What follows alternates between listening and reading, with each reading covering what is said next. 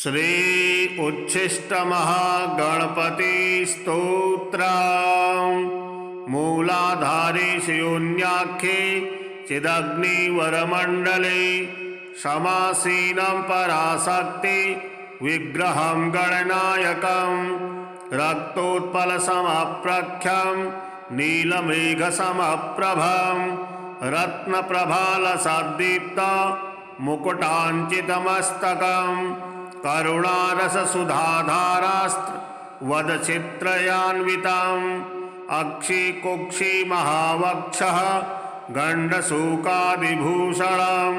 पाशाङ्कुशेक्षुकोदण्ड पञ्चबाणलसत्करं नीलकान्तिघनीभूत नीलवाणी सुपार्श्वकं सूत्रीकोणाख्यनीलाङ्ग रसास्वादनतत्परं पत्न्यालिङ्गितवामाङ्गं सप्तमातृनिसेवितं ब्रह्मविष्णु महेन्द्रादि सम्प्रपूजितपादुकं ब्रह्मविष्णु महेन्द्रादि सम्प्रपूजितपादुकं महद्वयपदुवाच पादुकामन्त्रसारकं नवावरणयज्ञाख्य वरिवस्याविधिप्रियं पञ्चावरणयज्ञाख्य विधिसम्पूज्य पादुकम् अखण्डकोटिब्रह्माण्ड मण्डलेश्वरमव्ययम्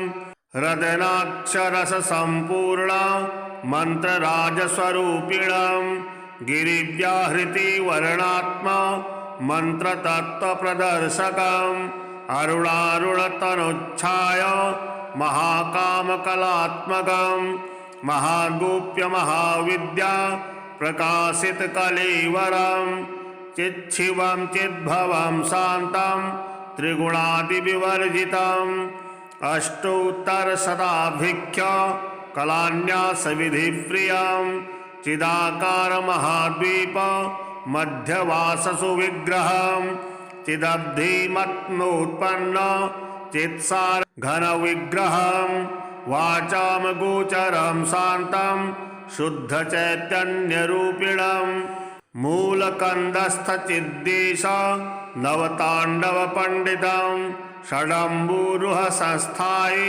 परचिद्व्योमभासुरम् अकारादिक्षरान्त वर्णलक्षितचित्सुखम् अकाराक्षरनिर्दिष्ट प्रकाशमयविग्रहम् हकाराख्यविमर्शात्मा प्रभादीप्तजगत्त्रयम् महाहंसजपध्यान विधिज्ञातस्वरूपकम् सदुदितमहाप्राज्ञा कारं संसारतारकं मोक्षलक्ष्मीप्रदातारं कालातीतमहाप्रभुं नामरूपादिसंभिन्न नित्यपूर्णचिदुत्तमं प्रत्यगभूतमहाप्रज्ञा गात्रगोचरविग्रहं महाकुण्डलनिरूपं षड्चक्रनगरेश्वरम् अप्राकृतमहादिव्य चैतन्यात्मस्वरूपिणं नादबिन्दुकलातीतं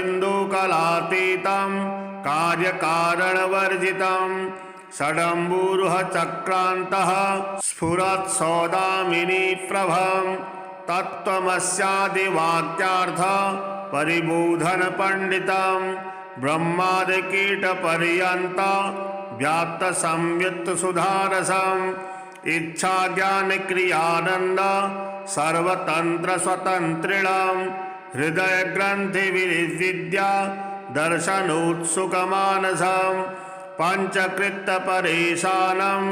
महात्रिपुरविग्रहं श्रीचक्रराजमध्यस्थ शून्यग्राममहेश्वरं ब्रह्मविद्यास्वरूप श्रीललितारूपधारिणं वसन्याद्यावृतं साध्यम् अद्वयानन्दवर्धनम् आदिशङ्कररूपेश दक्षिणामूर्तिपूजितम् असंस्पृष्टमहाप्रज्ञा भिक्षाद्वैतस्थितिप्रभम् एवं सञ्चितयेद्देवम् उच्छिष्टगणनायकं नीलतारासमेतं तु सच्चिदानन्दविग्रहं श्रीगणेशकीलकस्तोत्रम् दक्ष उवाच गणेशकीलकं ब्रह्मन् वद सर्वार्थदायकं मन्त्रादीनां विशेषेण सिद्धिदं पूर्णभावतः।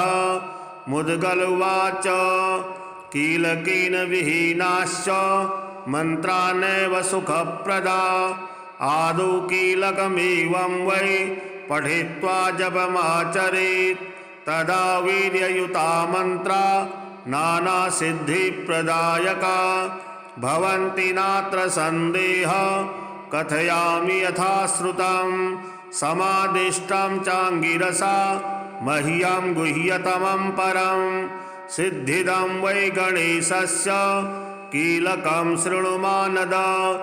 अस्य श्रीगणेशकीलकस्य शिवऋषिः अनुष्टुप् छन्दः श्रीगणपतिर्देवता।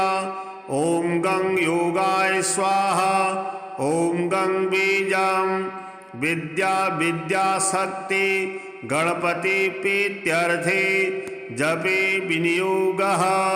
छन्दऋष्यादिन्यासाश्च कुर्यादादौ तथा परान् एकाक्षरस्यैव दक्ष षडङ्गानाचरेत् सुधि ततो ध्यायेत् गणेशानं ज्योतिरूपधरं परं मनोवाणीविहीनं च चतुर्भुजविराजितं शुण्डादण्डमुखं पूर्णं द्रष्टुं नैव प्रकश्यते विद्या विद्यासमायुक्तं विभूतिभिरुपासितम् एवं ध्यात्वा गणेशानं मानसे पूजयेत् पृथक् पञ्चोपचारकैर्दक्ष तपोजपं समाचरेत् 21 वारं तु जपं कुर्यात् प्रजायते।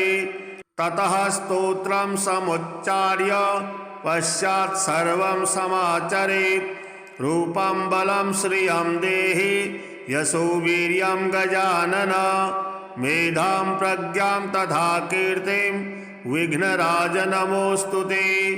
यदा देवादयः सर्वे कुण्ठिता दैत्यपैकृता तदा त्वं सन्निहत्य स्म करोषि वीर्यसंयुतान् तथा मन्त्रा गणेशान् कुण्ठितास्य दुरात्मभिः शापैषितान् सवीर्यास्ते कुरुष्व त्वं नमो नमः।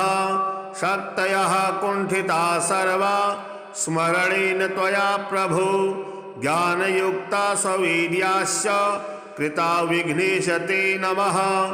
चराचरं जगत्सर्वं सत्ताहीनं यदा भवेत् त्वया सत्तायुतं डुण्ढे स्मरणेन कृतं च ते तत्त्वानि वीर्यहीनानि यदा जातानि विघ्नप स्मृत्याविति वीर्ययुक्तानि पुनर्जातानि ते नमः। ब्रह्माणि योगहीनानि जातानि स्मरणेन ते यदा पुनर्गणेशान् योगयुक्तानि ते नमः।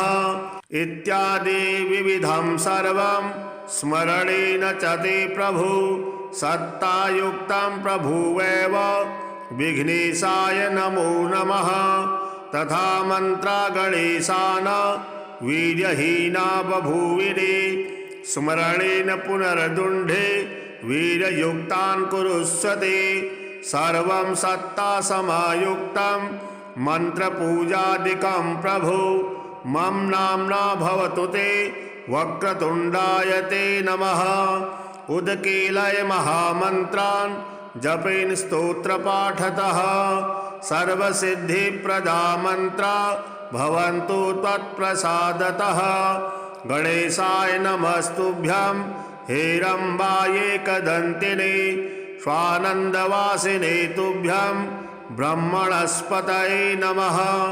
गणेशकीलकमिदं कथितं ते प्रजायते शिवप्रोक्तं तु मन्त्राणामुदकीलनकरं परं यः पठिष्यति भावेन जपत्वा ते मन्त्रमुत्तमं स सर्वसिद्धिमवाप्नोति नानामन्त्रसमुद्भवां एनं त्यक्त्वा गणेशस्य मन्त्रं जपति नित्यदा स सर्वफलहीनस्य जायते नात्र संशयः। सर्वसिद्धिकरं प्रोक्तं कीलकं परमाद्भुतं पुराणेन स्वयं शम्भुर्मन्त्रजां सिद्धिमालभत्। विष्णुर्ब्रह्मादयो देवा मुनयो योगिनः परे अनेन मन्त्रसिद्धिं ते लेभेरे च प्रजापते। एलः कीलकमाद्यं वै कृत्वा मन्त्रपरायणः गतः स्वानन्दपुर्यां स भक्तराजो बभूवः। सस्त्रीको जडदेहेन ब्रह्माण्डमवलोक्य तु गणेशदर्शनेनैव ज्योतिरूपो बभूवः। दक्ष उवाच एलो जडशरीरस्थः कथं देवादिकैर्युतं ब्रह्माण्डं स ददर्शैव तन्मे वद कुतूहलं। पुण्यराशिः स्वयं साक्षात् नरकादीन् महामते अपश्यश्च कथं सोऽपि पापी दर्शनयोग्यकान्। मुद्गल उवाच विमानस्थः स्वयं राजा कृपया तान् ददर्शः। गणेशानां जडस्थस्य शिवविष्णुमुखान् प्रभु स्वानन्दगे विमाने ये संस्थितास्ते शुभाशुभे। योगरूपतया सर्वे दक्ष पश्यन्ति चाञ्जसा। एतत्ते कथितं सर्वमौलस्य चरितं शुभं यः शृणोति स वै मर्त्यः भुक्तिं मुक्तिं लभेत् ध्रुवम्। श्रीहरिद्रा गणेशकवचम्। ईश्वर उवाच शृणु वक्ष्यामि कवचं सर्वसिद्धिकरं प्रिय। पठित्वा पाठयित्वा च मुच्यते सर्वसङ्कटात्। अज्ञात्वा कवचं देवी गणेशस्य मनुं जपेत् सिद्धिर्न जायते तस्य कल्पकोटिशतैरपि। ॐ आमोदस्य शिरः पातु प्रमोदस्य शिखोपरि। सम्मोदो भ्रूयुगे पातु भ्रूमध्ये च गणाधिपः। गणाक्रीडो नेत्रयुग्मं नासायां गणनायकः। गणक्रीडान्वितः पातु वदने सर्वसिद्धये। जिह्वायां सुमुखः पातु ग्रीवायां दुर्मुखः सदा।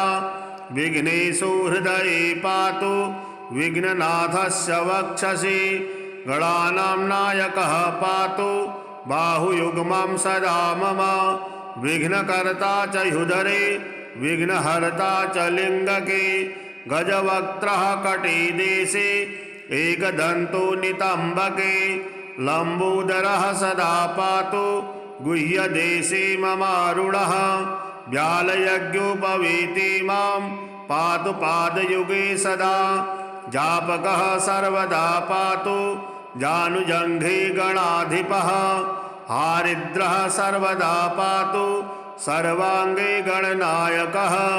य इदं पठे नित्यं गणेशस्य महेश्वरी। कवचं सर्वसिद्धाख्यं सर्वविघ्नविनाशनं सर्वसिद्धिकरं साक्षात् सर्वपापविमोचनं सर्वसम्पत्प्रदं साक्षात् सर्वदुःखविमोक्षणं सर्वापत्तिप्रशमनं सर्वशत्रुशयङ्करं। ग्रहपीडाज्वरारोगा ये चान्ये गुह्यकादयः पठनाद्धारणाद्देव नाशमायान्ति तत्क्षणात्। धनधान्यकरं देवी कवचं सुरपूजितं समं नास्ति महेशानि त्रैलोक्ये कवचस्य च। हारिद्रस्य महादेवी विघ्नराजस्य भूतले किमन्यैरसदालापैर्यत्रायुर्व्ययामियात्। श्री उच्छिष्टमहागणपति स्तोत्रम्। मूलाधारे शून्याख्ये चिदग्निवरमण्डले समासीनं पराशक्ति विग्रहं गणनायकं।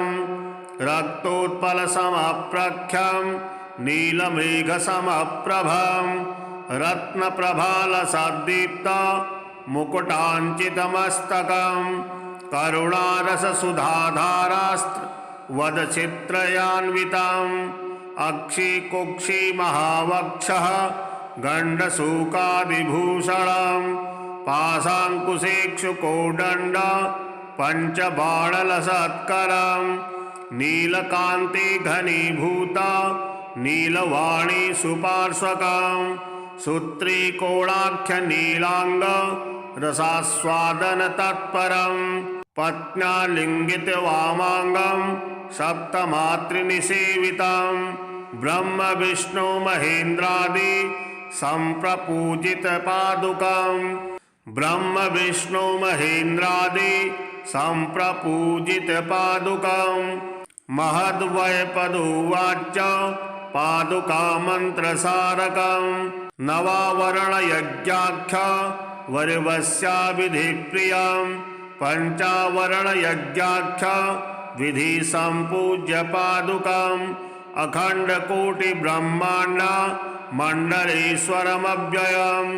हृदनाक्षरसम्पूर्ण मन्त्रराजस्वरूपिणं गिरिव्याहृति वर्णात्मा मन्त्रतत्त्वप्रदर्शकम् अरुणारुणतनुच्छाय महाकामकलात्मकम् महागोप्यमहाविद्या प्रकाशितकलेवरं चिच्छिवं चिद्भवं शान्तं त्रिगुणादिविवर्जितम् अष्टोत्तरशताभिख्य कलान्यासविधिप्रियं चिदाकारमहाद्वीप मध्यवाससु विग्रहं चिदब्धिमत्नोत्पन्न चित्सार घनविग्रहं वाचामगोचरं शान्तं शुद्धचैतन्यरूपिणं मूलकन्दस्थचिद्देश नवताण्डवपण्डितं षडम्बुरुहसंस्थायि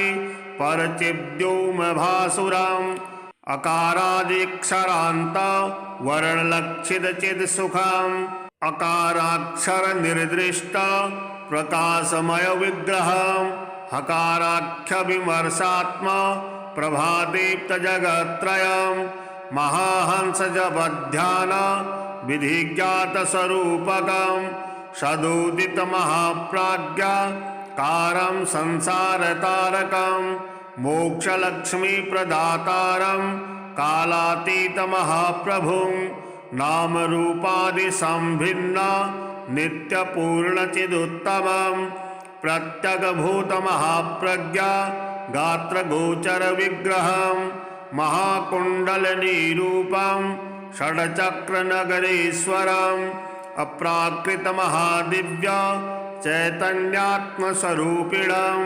नादबिन्दुकलातीतं कार्यकारणवर्जितं षडम्बुरुहचक्रान्तः स्फुरत्सौदामिनीप्रभं तत्त्वमस्यादिवाक्यार्थ परिबोधनपण्डितं ब्रह्मादिकीटपर्यन्त व्याप्तसंयुक्तसुधारसम् इच्छाज्ञानक्रियानन्द सर्वतन्त्रस्वतन्त्रिणं हृदयग्रन्थिविद्या दर्शनोत्सुकमानसं पञ्चकृत्यपरेशानं महात्रिपुरविग्रहं श्रीचक्रराजमध्यस्थ शून्यग्राममहेश्वरं ब्रह्मविद्यास्वरूप श्रीललितारूपधारिणं वसन्याद्यावृतं साध्यम् अद्वयानन्दवर्धनम् आदिशङ्कररूपेश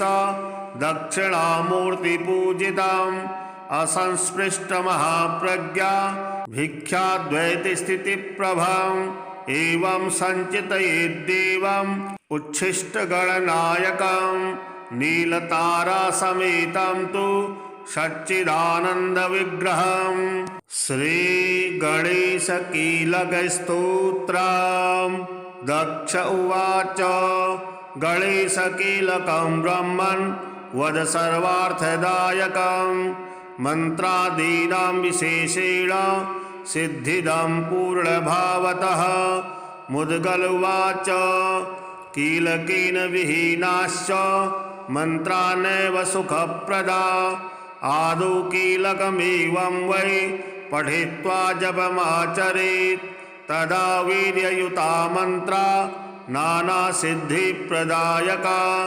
भवन्ति नात्र सन्देह कथयामि यथा श्रुतं समादिष्टं चाङ्गिरसा मह्यं गुह्यतमं परं सिद्धिदं वै गणेशस्य कीलकं शृणु मानद अस्य श्रीगणेशकीलकस्य शिवऋषिः अनुष्टुप् छन्दः श्रीगणपतिर्देवता ॐ गं योगाय स्वाहा ॐ गं बीजं विद्याशक्ति गणपति प्रीत्यर्थे जपे विनियोगः छन्दऋष्यादिन्यासाश्च कुर्यादादौ तथा परान् एकाक्षरस्यैव दक्ष षडङ्गानाचरेत् सुधि ततो ध्यायेत् गणेशानं ज्योतिरूपधरं परं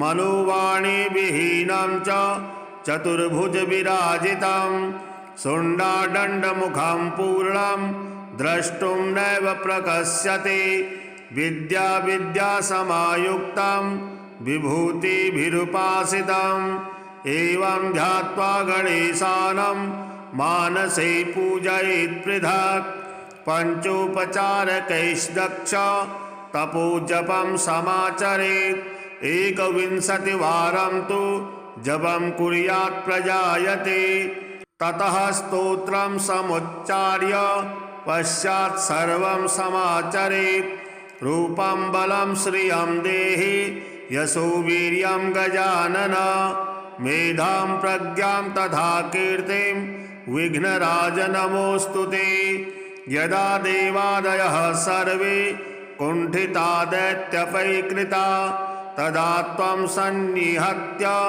स्म करोषि वीर्यसंयुतान् तथा मन्त्रा गणेशान् कुण्ठितास्य दुरात्मभिः शापैषितान् सवीर्यास्ते कुरुष्व त्वं नमो नमः शक्तयः कुण्ठिता सर्वा स्मरणेन त्वया प्रभो ज्ञानयुक्ता सवीर्याश्च कृता विघ्नेश ते नमः चराचरं जगत्सर्वं सत्ताहीनं यदा भवेत् त्वया सत्तायुतं डुण्ढे स्मरणेन कृतं च ते तत्त्वानि वीर्यहीनानि यदा जातानि विघ्नप स्मृत्याविति वीर्ययुक्तानि पुनर्जातानि ते नमः ब्रह्माणि योगहीनानि जातानि स्मरणेन ते यदा पुनर्गणेशान् योगयुक्तानि ते नमः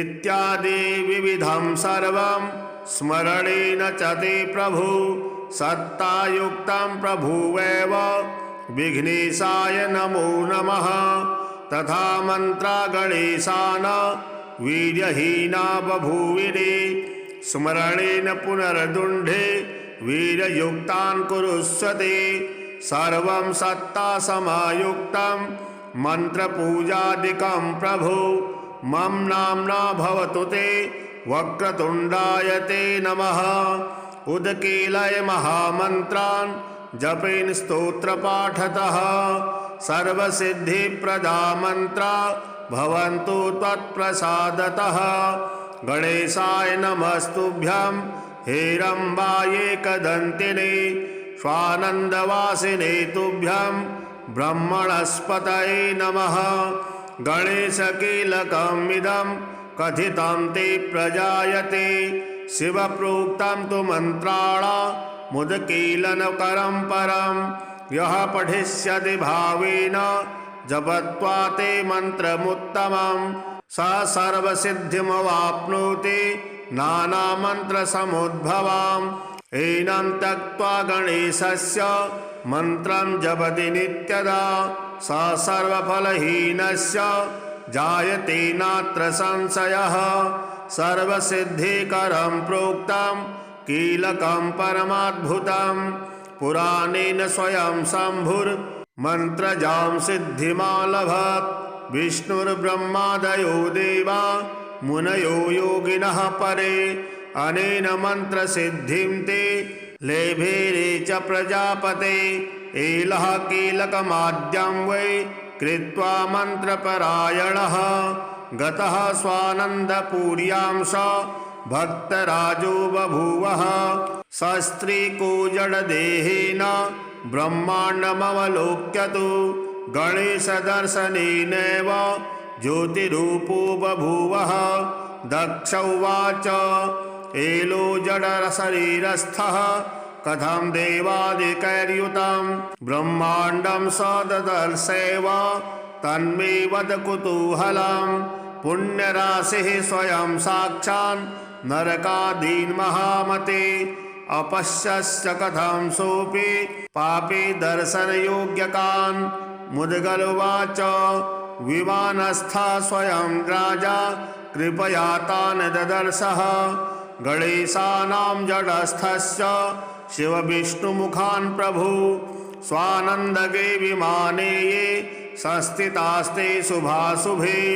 योगरूपतया सर्वे दक्ष पश्यन्ति चाञ्जसा एतत्ते कथितं सर्वमौलस्य चरितं शुभं यः शृणोति स वै मर्त्यः भुक्तिं मुक्तिं लभेत् ध्रुवम्।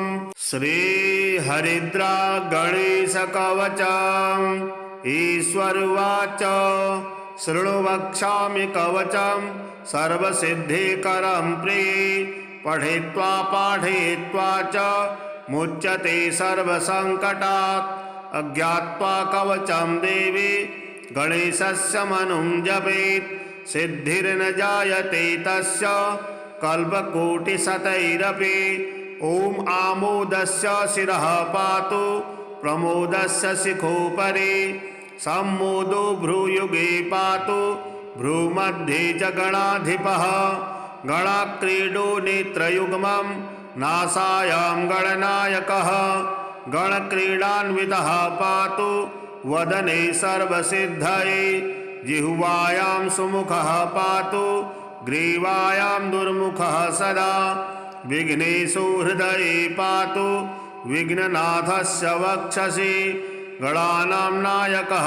पातु बाहुयुग्मं सदा मम विघ्नकर्ता च ह्युदरे विघ्नहर्ता च लिङ्गके गजवक्त्रः कटिदेशे एकदन्तो नितम्बके लम्बोदरः सदा पातु गुह्यदेशे ममारुणः व्यालयज्ञोपवीति मां पातु पादयुगे सदा जापकः सर्वदा पातु जानुजङ्घे गणाधिपः हारिद्रः सर्वदा पातु सर्वाङ्गे गणनायकः य इदं पठे नित्यं गणेशस्य महेश्वरी कवचं सर्वसिद्धाख्यं सर्वविघ्नविनाशनं सर्वसिद्धिकरं साक्षात् सर्वपापविमोचनं सर्वसम्पत्प्रदं साक्षात् सर्वदुःखविमोक्षणं सर्वापत्तिप्रशमनं सर्वशत्रुशयङ्करं ग्रहपीडाज्वरारोगा ये चान्ये गुह्यकादयः पठनाद्धारणाद्देव नाशमायान्ति तत्क्षणात् धनधान्यकरं देवी कवचं सुरपूजितं समं नास्ति महेशानि त्रैलोक्ये कवचस्य च हारिद्रस्य महादेवी विघ्नराजस्य भूतले किमन्यैरसदालापैर्यत्रायुर्व्ययामियात्। श्री उच्छिष्टमहागणपति स्तोत्रम्। मूलाधारे शून्याख्ये चिदग्निवरमण्डले समासीनं पराशक्ति विग्रहं गणनायकं रक्तोत्पलसमप्रख्यं नीलमेघसमप्रभं रत्नप्रभालसद्दीप्त मुकुटाञ्चितमस्तकं करुणारससुधाधारास्त्र वदचित्रयान्वितम् अक्षिकुक्षि महावक्षः गण्डशूकादिभूषणं पाशाङ्कुशेक्षुकोदण्ड पञ्चबाणलसत्करम् नीलकान्ति घनीभूता नीलवाणी सुपार्श्वकम् सूत्रीकोणाख्य नीलांग रसास्वादन तत्परम् पत्न्या लिंगित वामांगम सप्तमातृनिसेवितम् ब्रह्म विष्णु महेन्द्रादि संप्रपूजित पादुकम् ब्रह्म विष्णु महेन्द्रादि संप्रपूजित पादुकम् महद्वैपदुवाच पादुका मंत्रसारकम् नवावरणयज्ञाख्य वरिवस्या विधिप्रियम् पंचावरणयज्ञाख्य विधि संपूज्य पादुकम् अखंडकोटि ब्रह्मांड मंडलेश्वरमव्ययम् हृदनाक्षरस संपूर्ण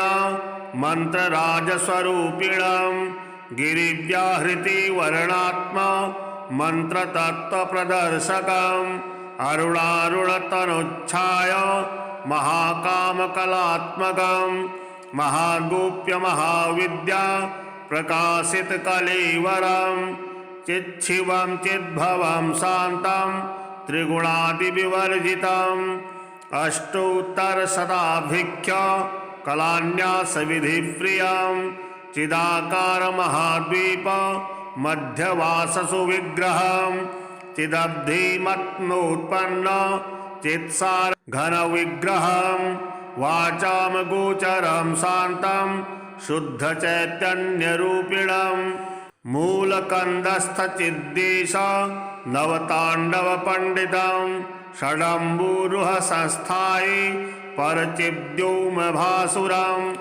अकारादिक्षरान्त वर्णलक्षित चिद सुखम् अकाराक्षर निर्दिष्ट प्रकाशमय विग्रहम् हकाराख्य विमर्शात्मा प्रभादीप्त जगत्त्रयम् महाहंस जपध्यान विधिज्ञात स्वरूपकम् सदोदित महाप्राज्ञा कारं संसार तारकम् मोक्षलक्ष्मी प्रदातारम् कालातीत महाप्रभुम् नाम रूपादि संभिन्न नित्यपूर्ण चिदुत्तमम् प्रत्यगभूत महाप्रज्ञा गात्र गोचर विग्रहम् महाकुंडलनीरूपम् षड्चक्र नगरेश्वरम् अप्राकृत महादिव्य चैतन्यात्मस्वरूपिणम् नादबिन्दु कलातीतं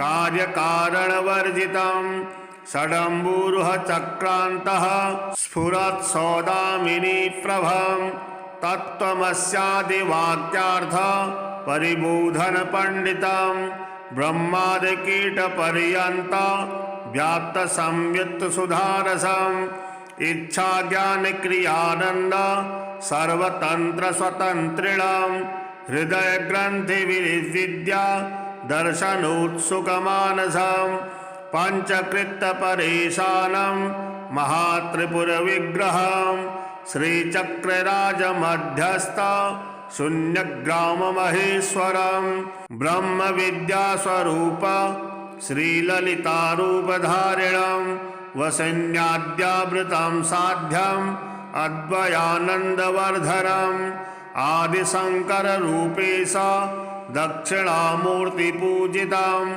असंस्पृष्ट महाप्रज्ञा भिक्षाद्वैति स्थिति प्रभम् एवं संचितयेद्देवम् उच्छिष्ट गणनायकम् नीलतारा समेतं तु सच्चिदानंद विग्रहम् श्री गणेश कीलक स्तोत्रम् दक्ष उवाच गणेश कीलकं ब्रह्मन् वद सर्वार्थदायकम् मंत्रादीनां विशेषेण सिद्धिदं पूर्णभावतः मुद्गल उवाच कीलकेन विहीनाश्च मंत्रा नैव सुखप्रदा आदौ कीलकमेवं वै पठित्वा जपमाचरेत् तदा वीर्ययुता मंत्रा नाना सिद्धिप्रदायका भवन्ति नात्र संदेह कथयामि यथा श्रुतं समादिष्टं चाङ्गिरसा मह्यं गुह्यतमं परं सिद्धिदं वै गणेशस्य कीलकं शृणु मानद। अस्य श्रीगणेशकीलकस्य शिवऋषिः अनुष्टुप् छन्दः श्रीगणपतिर्देवता। ॐ गं योगाय स्वाहा ॐ गं बीजं विद्या विद्याशक्ति गणपति प्रीत्यर्थे जपे विनियोगः। छन्दऋष्यादिन्यासाश्च कुर्यादादौ तथा परान् एकाक्षरस्यैव दक्ष षडङ्गानाचरेत् सुधि ततो ध्यायेत् गणेशानं ज्योतिरूपधरं परं मनोवाणीविहीनं च चतुर्भुजविराजितं शुण्डादण्डमुखं पूर्णं द्रष्टुं नैव प्रकश्यते विद्या विद्यासमायुक्तं विभूतिभिरुपासितम् एवं ध्यात्वा गणेशानं मानसे पूजयेत् पृथक् पञ्चोपचारकैर्दक्ष तपोजपं समाचरेत् 21 वारं तु जपं कुर्यात् प्रजायते। ततः स्तोत्रं समुच्चार्य पश्चात् सर्वं समाचरेत्। रूपं बलं श्रियं देहि यशो वीर्यं गजानन मेधां प्रज्ञां तथा कीर्तिं विघ्नराज नमोऽस्तु ते।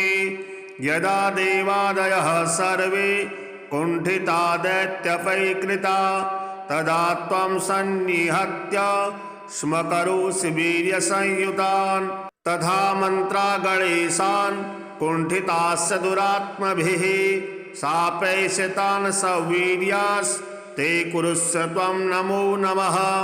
शक्तयः कुण्ठिता सर्वा स्मरणेन त्वया प्रभो ज्ञानयुक्ता सवीर्याश्च कृता विघ्नेश ते नमः।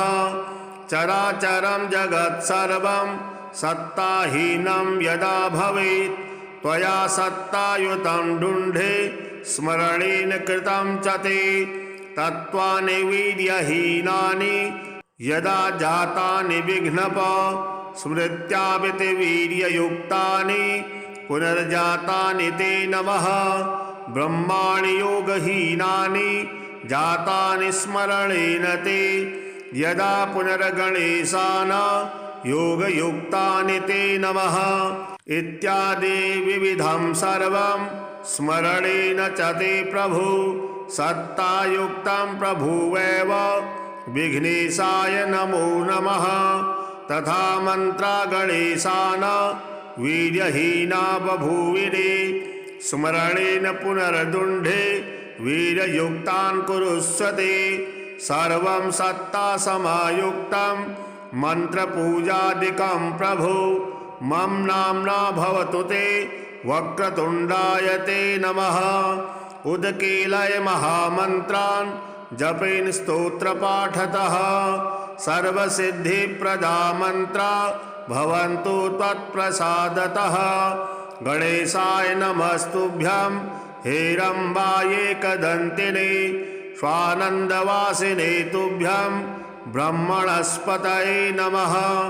गणेशकीलकमिदं कथितं ते प्रजायते शिवप्रोक्तं तु मन्त्राणामुदकीलनकरं परं यः पठिष्यति भावेन जपत्वा ते मन्त्रमुत्तमं स सर्वसिद्धिमवाप्नोति नानामन्त्रसमुद्भवाम्। एनं त्यक्त्वा गणेशस्य मन्त्रं जपति नित्यदा स सर्वफलहीनस्य जायते नात्र संशयः। सर्वसिद्धिकरं प्रोक्तं कीलकं परमाद्भुतं पुराणेन स्वयं शम्भुर्मन्त्रजां सिद्धिमालभत्।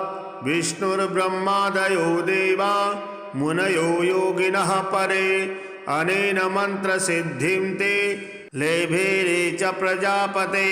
एलः कीलकमाद्यं वै कृत्वा मन्त्रपरायणः गतः स्वानन्दपुर्यां स भक्तराजो बभूवः। सस्त्रीको जडदेहेन ब्रह्माण्डमवलोक्य तु गणेशदर्शनेनैव ज्योतिरूपो बभूवः। दक्ष उवाच एलो जडशरीरस्थः कथं देवादिकैर्युतं ब्रह्माण्डं स ददर्शैव तन्मे वद कुतूहलं। पुण्यराशिः स्वयं साक्षात् नरकादीन् महामते अपश्यश्च कथं सोऽपि पापी दर्शनयोग्यकान्। मुद्गल उवाच विमानस्थः स्वयं राजा कृपया तान् ददर्शः। गणेशानां जडस्थस्य शिवविष्णुमुखान् प्रभु स्वानन्दगे विमाने ये संस्थितास्ते शुभाशुभे। योगरूपतया सर्वे दक्ष पश्यन्ति चाञ्जसा। एतत्ते कथितं सर्वमौलस्य चरितं शुभं। यः शृणोति स वै मर्त्यः भुक्तिं मुक्तिं लभेत् ध्रुवम्। श्रीहरिद्रा गणेशकवचम्। ईश्वर उवाच शृणु वक्ष्यामि कवचं सर्वसिद्धिकरं प्रिये। पठित्वा पाठयित्वा च मुच्यते सर्वसङ्कटात्। अज्ञात्वा कवचं देवी गणेशस्य मनुं जपेत्। सिद्धिर्न जायते तस्य कल्पकोटिशतैरपि। ॐ आमोदस्य शिरः पातु प्रमोदस्य शिखोपरि। सम्मोदो भ्रूयुगे पातु भ्रूमध्ये च गणाधिपः। गणाक्रीडो नेत्रयुग्मं नासायां गणनायकः। गणक्रीडान्वितः पातु वदने सर्वसिद्धये। जिह्वायां सुमुखः पातु ग्रीवायां दुर्मुखः सदा। विघ्नेषु हृदये पातु विघ्ननाथस्य वक्षसि। गणानां नायकः पातु बाहुयुग्मं सदा मम। विघ्नकर्ता च ह्युदरे विघ्नहर्ता च लिङ्गके। गजवक्त्रः कटिदेशे एकदन्तो नितम्बके। लम्बोदरः सदा पातु गुह्यदेशे ममारुणः। व्यालयज्ञोपवीति मां पातु पादयुगे सदा। जापकः सर्वदा पातु जानुजङ्घे गणाधिपः। हारिद्रः सर्वदा पातु सर्वाङ्गे गणनायकः। य इदं पठे नित्यं गणेशस्य महेश्वरी। कवचं सर्वसिद्धाख्यं सर्वविघ्नविनाशनं। सर्वसिद्धिकरं साक्षात् सर्वपापविमोचनं। सर्वसम्पत्प्रदं साक्षात् सर्वदुःखविमोक्षणं। सर्वापत्तिप्रशमनं सर्वशत्रुभयङ्करं। ग्रहपीडाज्वरारोगा ये चान्ये गुह्यकादयः। पठनाद्धारणाद्देव नाशमायान्ति तत्क्षणात्। धनधान्यकरं देवी कवचं सुरपूजितं। समं नास्ति महेशानि त्रैलोक्ये कवचस्य च। हारिद्रस्य महादेवी विघ्नराजस्य भूतले। किमन्यैरसदालापैर्यत्रायुर्व्ययामियात्। श्री उच्छिष्टमहागणपतिस्तोत्रम्। मूलाधारे शून्याख्ये चिदग्निवरमण्डले। समासीनं पराशक्ति विग्रहं गणनायकं। रक्तोत्पलसमप्रख्यं नीलमेघसमप्रभं। रत्नप्रभालसद्दीप्त मुकुटाञ्चितमस्तकं। करुणारससुधाधारास्त्र वदचित्रयान्वितम्। अक्षिकुक्षि महावक्षः गण्डशूकादिभूषणं। पाशाङ्कुशेक्षुकोदण्ड पञ्चबाणलसत्करं। नीलकान्ति घनीभूता नीलवाणी सुपार्श्वकं। सूत्रीकोणाख्यनीलाङ्ग रसास्वादन तत्परम्।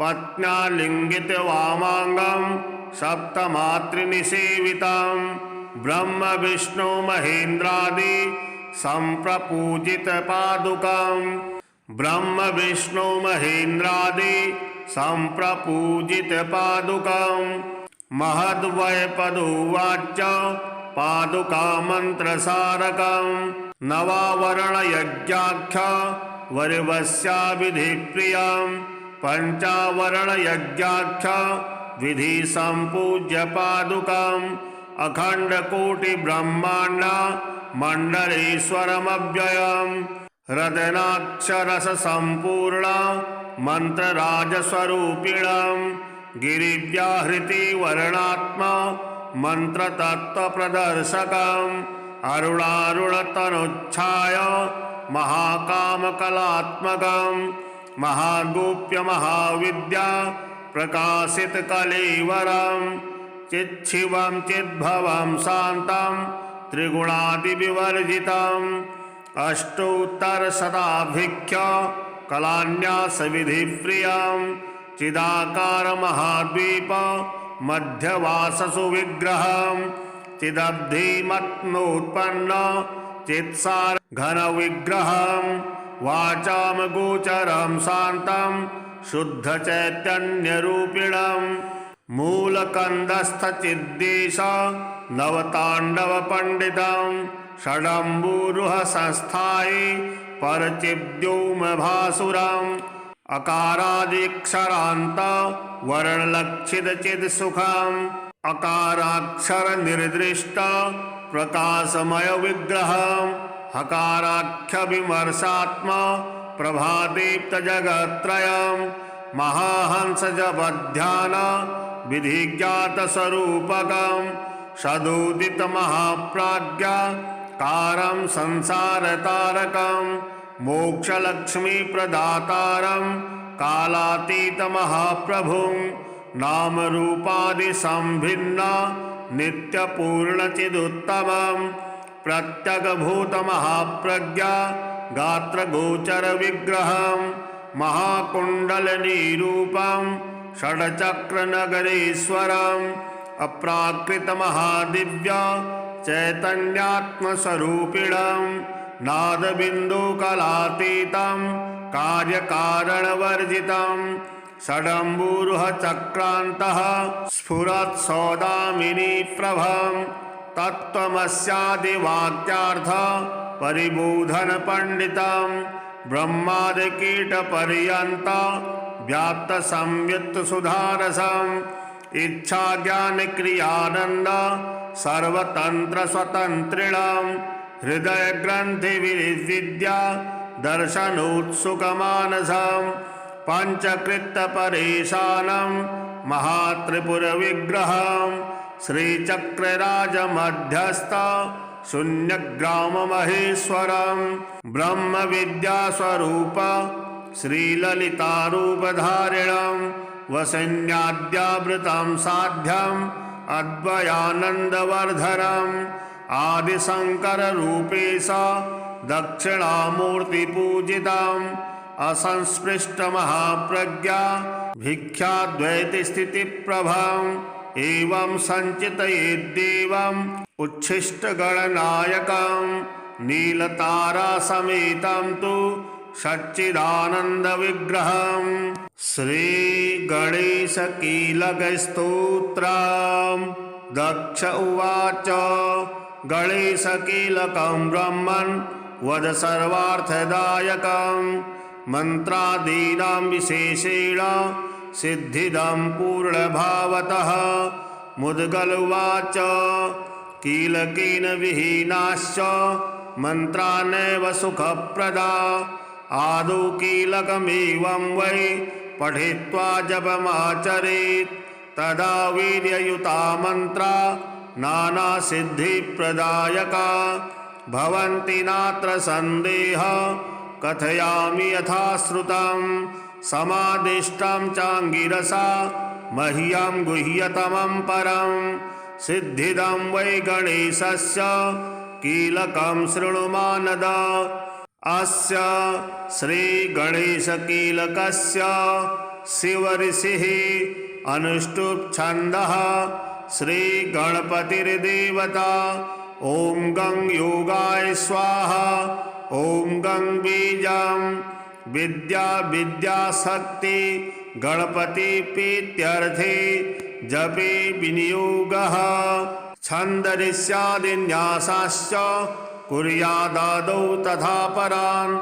एकाक्षरस्यैव दक्ष षडङ्गानाचरेत् सुधि। ततो ध्यायेत् गणेशानं ज्योतिरूपधरं परं। मनोवाणीविहीनं च चतुर्भुजविराजितं। शुण्डादण्डमुखं पूर्णं द्रष्टुं नैव प्रकश्यते। विद्या विद्यासमायुक्तं विभूतिभिरुपासितम्। एवं ध्यात्वा गणेशानं मानसे पूजयेत् पृथक्। पञ्चोपचारकैर्दक्ष तपोजपं समाचरेत्। 21 वारं तु जपं कुर्यात् प्रजायते। ततः स्तोत्रं समुच्चार्य पश्चात् सर्वं समाचरेत्। रूपं बलं श्रियं देहि यशो वीर्यं गजानन। मेधां प्रज्ञां तथा कीर्तिं विघ्नराज नमोऽस्तु ते। यदा देवादयः सर्वे कुण्ठिता दैत्यपैकृता तदा त्वं सन्निहत्य स्म करोषि वीर्यसंयुतान्। तथा मन्त्रा गणेशान् कुण्ठितास्य दुरात्मभिः शापैषितान् सवीर्यास्ते कुरुष्व त्वं नमो नमः। शक्तयः कुण्ठिता सर्वा स्मरणेन त्वया प्रभो। ज्ञानयुक्ता सवीर्याश्च कृता विघ्नेश ते नमः।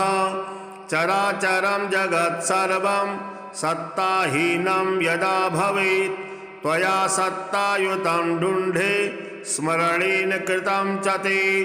तत्त्वानि वीर्यहीनानि यदा जातानि विघ्नप स्मृत्याविति वीर्ययुक्तानि पुनर्जातानि ते नमः। ब्रह्माणि योगहीनानि जातानि स्मरणेन ते यदा पुनर्गणेशान् योगयुक्तानि ते नमः। इत्यादि विविधं सर्वं स्मरणेन च ते प्रभु। सत्तायुक्तं प्रभुवेव विघ्नेशाय नमो नमः। तथा मन्त्रा गणेशान् वीर्यहीना बभूविरे। स्मरणेन पुनर्दुण्ढे वीर्ययुक्तान् कुरुष्व ते। सर्वं सत्तासमायुक्तं मन्त्रपूजादिकं प्रभु। मम नाम्ना भवतु ते वक्रतुण्डाय ते नमः। उदकीलय महामन्त्रान् जपेन स्तोत्रपाठतः सर्वसिद्धिप्रदा मन्त्रा भवन्तु त्वत्प्रसादतः। गणेशाय नमस्तुभ्यं हेरम्बायेकदन्तिने स्वानन्दवासिने तुभ्यं ब्रह्मणस्पतये नमः। गणेशकीलकमिदं कथितं ते प्रजायते। शिवप्रोक्तं तु मन्त्राणामुदकीलनकरं परं। यः पठिष्यति भावेन जपत्वा ते मन्त्रमुत्तमं स सर्वसिद्धिमवाप्नोति नानामन्त्रसमुद्भवाम्। एनं त्यक्त्वा गणेशस्य मन्त्रं जपति नित्यदा स सर्वफलहीनस्य जायते नात्र संशयः। सर्वसिद्धिकरं प्रोक्तं कीलकं परमाद्भुतं।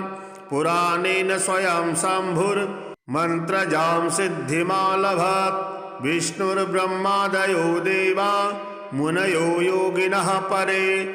अनेन मन्त्रसिद्धिं ते लेभेरे च प्रजापते।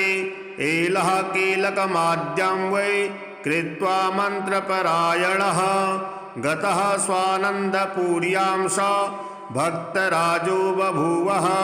सस्त्रीको जडदेहेन ब्रह्माण्डमवलोक्य तु गणेशदर्शनेनैव ज्योतिरूपो बभूवः।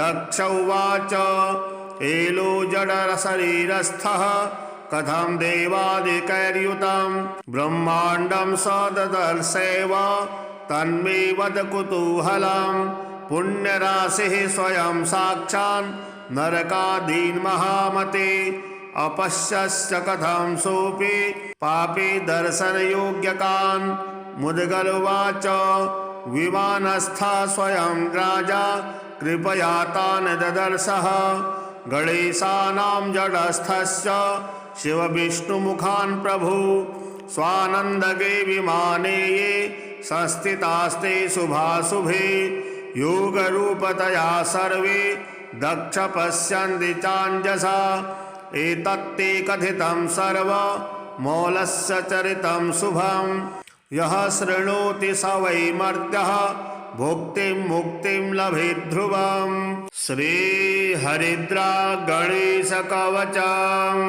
ईश्वरुवाच शृणु वक्ष्यामि कवचं सर्वसिद्धिकरं प्रिये पठित्वा पाठयित्वा च मुच्यते सर्वसङ्कटात् अज्ञात्वा कवचं देवी गणेशस्य मनुं जपेत् सिद्धिर्न जायते तस्य कल्पकोटिशतैरपि ॐ आमोदस्य शिरः पातु प्रमोदस्य शिखोपरि सम्मोदो भ्रूयुगे पातु भ्रूमध्ये च गणाधिपः गणाक्रीडो नेत्रयुग्मं नासायां गणनायकः गणक्रीडान्वितः पातु वदने सर्वसिद्धये जिह्वायां सुमुखः पातु ग्रीवायां दुर्मुखः सदा विघ्नेषु हृदये पातु विघ्ननाथस्य वक्षसि गणानां नायकः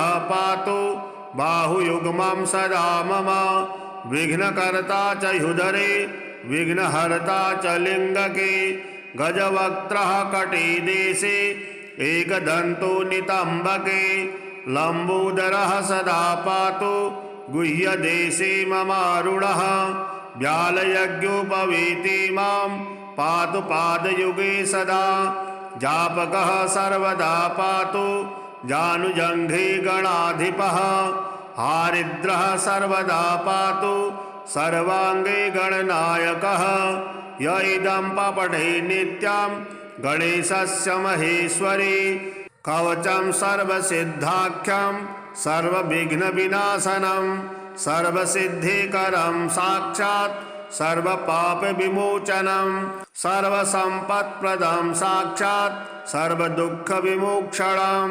सर्वापत्तिप्रशमनं सर्वशत्रुशयङ्करं ग्रहपीडाज्वरारोगा ये चान्ये गुह्यकादयः पठनाद्धारणाद्देव नाशमायान्ति तत्क्षणात् धनधान्यकरं देवी कवचं सुरपूजितं समं नास्ति महेशानि त्रैलोक्ये कवचस्य च हारिद्रस्य महादेवी विघ्नराजस्य भूतले किमन्यैरसदालापैर्यत्रायुर्व्ययामियात्। श्री उच्छिष्टमहागणपति स्तोत्रम्।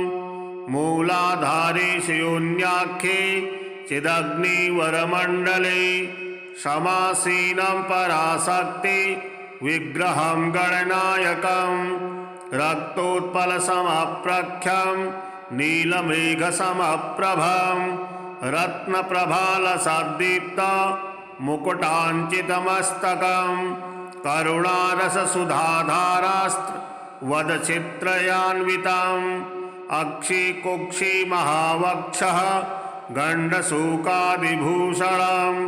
पाशाङ्कुशेक्षुकोदण्ड पञ्चबाणलसत्करं नीलकान्तिघनीभूत नीलवाणी सुपार्श्वकं सूत्रीकोणाख्यनीलाङ्ग रसास्वादनतत्परं पत्न्यालिङ्गितवामाङ्गं सप्तमातृनिसेवितं ब्रह्मविष्णु महेन्द्रादि सम्प्रपूजितपादुकं ब्रह्मविष्णु महेन्द्रादि सम्प्रपूजितपादुकं महद्वैपदुवाच पादुका मन्त्रसारकम् नवावरणयज्ञाख्य वरिवस्या विधिप्रियम् पञ्चावरणयज्ञाख्य विधि सम्पूज्य पादुकम् अखण्डकोटिब्रह्माण्ड मण्डलेश्वरमव्ययम् हृदनाक्षरसम्पूर्ण मन्त्रराजस्वरूपिणम् गिरिव्याहृति वर्णात्मा मन्त्रतत्त्वप्रदर्शकम् अरुणारुणतनुच्छाय महाकामकलात्मकम् महागोप्य महाविद्या प्रकाशितकलेवरम् चिच्छिवं चिद्भवं शान्तम् त्रिगुणादिविवर्जितम् अष्टोत्तरशताभिख्य कलान्यासविधिप्रियम् चिदाकार महाद्वीप मध्यवाससु विग्रहम् चिदब्धिमत्नोत्पन्न चित्सार घन विग्रहम् वाचाम गोचरं शान्तं शुद्ध चैतन्यरूपिणम् मूलकन्दस्थ चिद्देश नवताण्डव पंडितम् षडम्बुरुह संस्थायि परचिद्योम भासुरम् अकारादिक्षरान्त वर्णलक्षित चिद सुखम् अकाराक्षर निर्दिष्ट प्रकाशमय विग्रहम् हकाराख्य विमर्शात्मा प्रभादीप्त जगत्त्रयम् महाहंस जपध्यान विधिज्ञात स्वरूपकम् सदुदित महाप्राज्ञा कारं संसार तारकम् मोक्षलक्ष्मी प्रदातारम् कालातीत महाप्रभुम् नाम रूपादि संभिन्न नित्यपूर्ण चिदुत्तमम् प्रत्यगभूत महाप्रज्ञा गात्र गोचर विग्रहम् महाकुण्डलनिरूपम् षड्चक्र नगरेश्वरम् अप्राकृत महादिव्य चैतन्यात्मस्वरूपिणम् नादबिन्दुकलातीतं कार्यकारणवर्जितं षडम्बुरुह चक्रान्तः स्फुरत् सौदामिनी प्रभम् तत्त्वमस्यादिवाक्यार्थ परिबोधन पंडितम् ब्रह्मादिकीटपर्यन्त व्याप्त संयुक्त सुधारसम् इच्छा ज्ञान क्रियानंद सर्वतंत्र स्वतंत्रिणम् हृदय ग्रंथि विद्या दर्शनोत्सुकमानसम् पंचकृत्य परेशानम् महात्रिपुर विग्रहम् श्रीचक्रराज मध्यस्थ शून्यग्राम महेश्वरम् ब्रह्म विद्या स्वरूप श्रीललितारूपधारिणम् वसन्याद्यावृतं साध्यम् अद्वयानन्दवर्धनम् आदिशंकर रूपेश दक्षिणामूर्तिपूजितम् असंस्पृष्ट महाप्रज्ञा भिक्षाद्वैति स्थितिप्रभम् एवं संचितयेद्देवम् उच्छिष्टगणनायकम् नीलतारा समेतं तु सच्चिदानंद विग्रहम् श्री गणेश कीलक स्तोत्रम् दक्ष उवाच गणेश कीलकं ब्रह्मन् वद सर्वार्थदायकम् मंत्रादीनां विशेषेण सिद्धिदं पूर्णभावतः मुद्गल उवाच कीलकेन विहीनाश्च मंत्रा नैव सुखप्रदा आदौ कीलकमेवं वै पठित्वा जपमाचरेत् तदा वीर्ययुता मंत्रा नानासिद्धिप्रदायका भवन्ति नात्र सन्देह कथयामि यथा श्रुतं समादिष्टं चांगिरसा मह्यं गुह्यतमं परं सिद्धिदं वै गणेशस्य कीलकं शृणु मानद अस्य श्री गणेश कीलकस्य शिव ऋषिः अनुष्टुप् छन्दः श्री गणपतिर्देवता ओम गं योगाय स्वाहा ओम गं बीजं विद्या विद्याशक्ति गणपति प्रीत्यर्थे जपे विनियोगः छन्दरिष्यादिन्यासाश्च कुर्यादादौ तथा परान् एकाक्षरस्यैव दक्ष षडङ्गानाचरेत् सुधि ततो ध्यायेत् गणेशानं ज्योतिरूपधरं परं मनोवाणीविहीनं च चतुर्भुजविराजितं शुण्डादण्डमुखं पूर्णं द्रष्टुं नैव प्रकश्यते विद्यासमायुक्तं विभूतिभिरुपासितम् एवं ध्यात्वा गणेशानं मानसे पूजयेत् पृथक् पञ्चोपचारकैर्दक्ष तपोजपं समाचरेत् 21 वारं तु जपं कुर्यात् प्रजायते ततः स्तोत्रं समुच्चार्य पश्चात् सर्वं समाचरेत् रूपं बलं श्रियं देहि यशो वीर्यं गजानन मेधां प्रज्ञां तथा कीर्तिं विघ्नराज नमोऽस्तु ते यदा देवादयः सर्वे कुण्ठिता दैत्यपैकृता तदा त्वं सन्निहत्य स्म करोषि वीर्यसंयुतान् तथा मन्त्रा गणेशान् कुण्ठितास्य दुरात्मभिः सापैशतान् सवीर्यास्ते कुरुष्व त्वं नमो नमः शक्तयः कुण्ठिता सर्वा स्मरणेन त्वया प्रभो ज्ञानयुक्ता सवीर्याश्च कृता विघ्नेश ते नमः चराचरं जगत्सर्वं सत्ताहीनं यदा भवेत् त्वया सत्तायुतं ढुण्ढे स्मरणेन कृतं च ते तत्त्वानि वीर्यहीनानि यदा जातानि विघ्नप स्मृत्याविति वीर्ययुक्तानि पुनर्जातानि ते नमः ब्रह्माणि योगहीनानि जातानि स्मरणेन ते यदा पुनर्गणेशान् योगयुक्तानि ते नमः इत्यादि विविधं सर्वं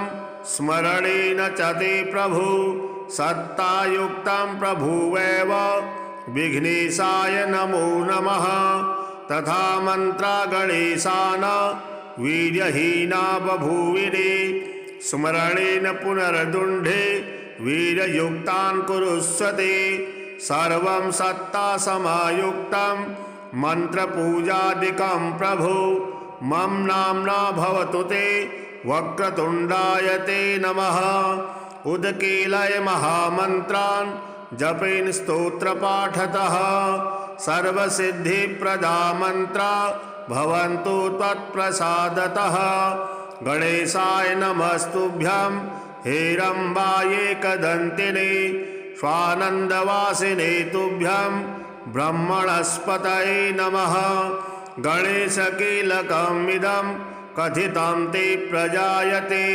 शिवप्रोक्तं तु मन्त्राणामुदकीलनकरं परं यः पठिष्यति भावेन जपत्वा ते मन्त्रमुत्तमं स सर्वसिद्धिमवाप्नोति नानामन्त्रसमुद्भवाम् एनं त्यक्त्वा गणेशस्य मन्त्रं जपति नित्यदा स सर्वफलहीनस्य जायते नात्र संशयः सर्वसिद्धिकरं प्रोक्तं कीलकं परमाद्भुतं पुराणेन स्वयं शम्भुर्मन्त्रजां सिद्धिमालभत् विष्णुर्ब्रह्मादयो देवा मुनयो योगिनः परे अनेन मन्त्रसिद्धिं ते लेभेरे च प्रजापते एलः कीलकमाद्यं वै कृत्वा मन्त्रपरायणः गतः स्वानन्दपुर्यां स भक्तराजो बभूवः सस्त्रीको जडदेहेन ब्रह्माण्डमवलोक्य तु गणेशदर्शनेनैव ज्योतिरूपो बभूवः दक्ष उवाच एलो जडशरीरस्थः कथं देवादिकैर्युतं ब्रह्माण्डं स ददर्शैव तन्मे वद कुतूहलं पुण्यराशिः स्वयं साक्षान् नरकादीन् महामते अपश्यश्च कथं सोऽपि पापी दर्शनयोग्यकान् मुद्गलुवाच विमानस्थः स्वयं राजा कृपया तान् ददर्शः गणेशानां जडस्थस्य शिवविष्णुमुखान् प्रभु स्वानन्दगे विमाने ये संस्थितास्ते शुभाशुभे योगरूपतया सर्वे दक्ष पश्यन्ति चाञ्जसा एतत्ते कथितं सर्वमौलस्य चरितं शुभं यः शृणोति स वै मर्त्यः भुक्तिं मुक्तिं लभेत् ध्रुवम्। श्रीहरिद्रा गणेशकवचम्। ईश्वरुवाच शृणु वक्ष्यामि कवचं सर्वसिद्धिकरं प्रिये पठित्वा पाठयित्वा च मुच्यते सर्वसङ्कटात् अज्ञात्वा कवचं देवी गणेशस्य मनुं जपेत् सिद्धिर्न जायते तस्य कल्पकोटिशतैरपि ॐ आमोदस्य शिरः पातु प्रमोदस्य शिखोपरि सम्मोदो भ्रूयुगे पातु भ्रूमध्ये च गणाधिपः गणाक्रीडो नेत्रयुग्मं नासायां गणनायकः गणक्रीडान्वितः पातु वदने सर्वसिद्धये जिह्वायां सुमुखः पातु ग्रीवायां दुर्मुखः सदा विघ्नेषु हृदये पातु विघ्ननाथस्य वक्षसि गणानां नायकः पातु बाहुयुग्मं सदा मम विघ्नकर्ता च ह्युदरे विघ्नहर्ता च लिङ्गके गजवक्त्रः कटिदेशे एकदन्तो नितम्बके लम्बोदरः सदा पातु गुह्यदेशे ममारुणः व्यालयज्ञोपवीति मां पातु पादयुगे सदा जापकः सर्वदा पातु जानुजङ्घे गणाधिपः हारिद्रः सर्वदा पातु सर्वाङ्गे गणनायकः य इदं पठे नित्यं गणेशस्य महेश्वरी कवचं सर्वसिद्धाख्यं सर्वविघ्नविनाशनं सर्वसिद्धिकरं साक्षात् सर्वपापविमोचनं सर्वसम्पत्प्रदं साक्षात् सर्वदुःखविमोक्षणं सर्वापत्तिप्रशमनं सर्वशत्रुशयङ्करं ग्रहपीडाज्वरारोगा ये चान्ये गुह्यकादयः पठनाद्धारणाद्देव नाशमायान्ति तत्क्षणात् धनधान्यकरं देवी कवचं सुरपूजितं समं नास्ति महेशानि त्रैलोक्ये कवचस्य च हारिद्रस्य महादेवी विघ्नराजस्य भूतले किमन्यैरसदालापैर्यत्रायुर्व्ययामियात्।